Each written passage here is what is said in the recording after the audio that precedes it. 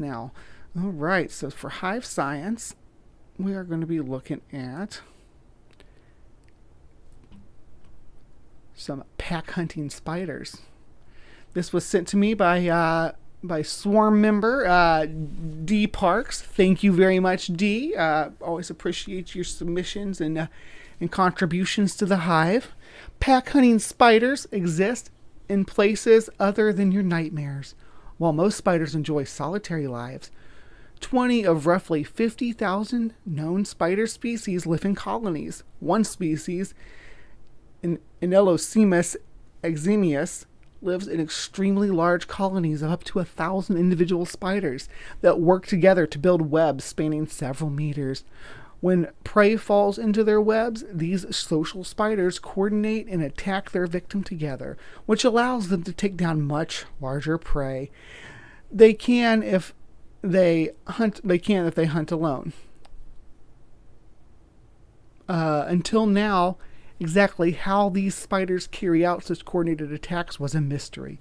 It turns out the spiders use vibrations in their own mega webs to choreograph a synchronized swarming process, the study found. What is fantastic is that there is no leadership role among the spiders, said Raphael Jensen, a researcher at the Research Center of Animal Cognition at the University of Toulouse in France, and senior author on the new study about the social arachnids. Rather, the entire spider colony coordinates its attack, with each individual receiving the same information. As the colony attacks, the spiders descend on their prey by synchronizing two movement stages, closing in on their struggling victim and standing still. This allows the spiders to time their approach so that all of them may strike at once. Using both field observations and computer simulations of this coordinated attack, Jensen's team learned that the attack is directed almost entirely by vibrations of the shared web. When the preferred prey fall into the web, it doesn't say preferred there, I added that in for some reason. When the prey falls in the web, this triggers movement of the spiders, Jensen told HiveScience. But after a while, they all stop for a few milliseconds before they start moving again.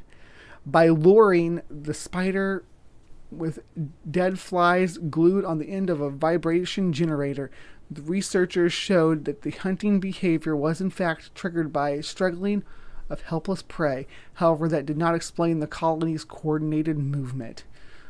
For that, scientists needed a computer model. The model revealed that while the prey vibration might trigger the initial movement, it was the vibration made by the spider colony that enabled the predators to coordinate their attack. As each spider sensed vibration from the prey, they started walking, but the steps of hundreds of spiders converging on a struggling insect also sent vibrations through the web fiber, the muddied sounds of the trapped meal. It's a bit like when you are in a room with people chatting, said Jensen. The spiders, every step it takes makes noise. They then have to stop moving so that they can listen for the prey to make sure that they are still heading in the right direction. The quieter the struggling prey is, the harder it can be for the spiders to coordinate their stop-and-go movement. When the researchers vibrated the web and then removed the lure, the colony responded by moving towards the prey. But then every spider had to stop moving to listen for telltale signs of squirming. If the prey was vibrating more intensely, the colony didn't need to be quiet, so they were less synchronized, the scientists discovered. The study was published on March 7th in the journal Proceedings of the National Academy of Science. This was submitted by Cameron Duke. Cameron is a contributing writer covering science for HiveScience. He also writes for New Scientist as well as Minute Earth and Discovery Curiosity Daily podcast. He holds a master's degree in animal behavior from Western Carolina University and teaches biology at the University of Northern Colorado. I like Cameron's article here. I like how he put it in terms that everybody can understand, and didn't use a lot of technical language.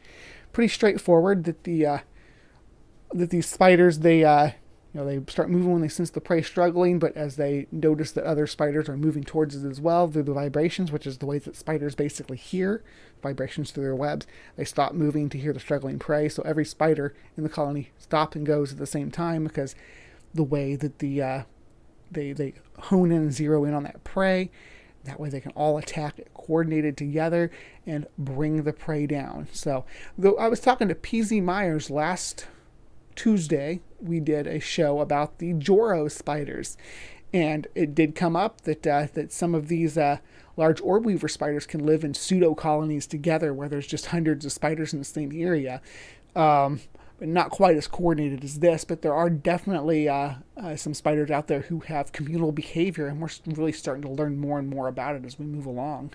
So we'll be keeping an eye out on this kind of topic, because I really do enjoy it. But I appreciate everybody who stopped by today and stuck around here for the HiveScience segment. I know the HiveScience is a little bit shorter usually, and just going over new and novel discoveries usually within the arthropod microcosm. But I know that a lot of people enjoy doing the creation response stuff or doing the CryptoCorner stuff, but I also do like to throw a little bit of science in your face to wrap up the show. It's a little palate cleanser. So I'm going to start just because I've been flip-flopping the way that Creation Watch and HiveScience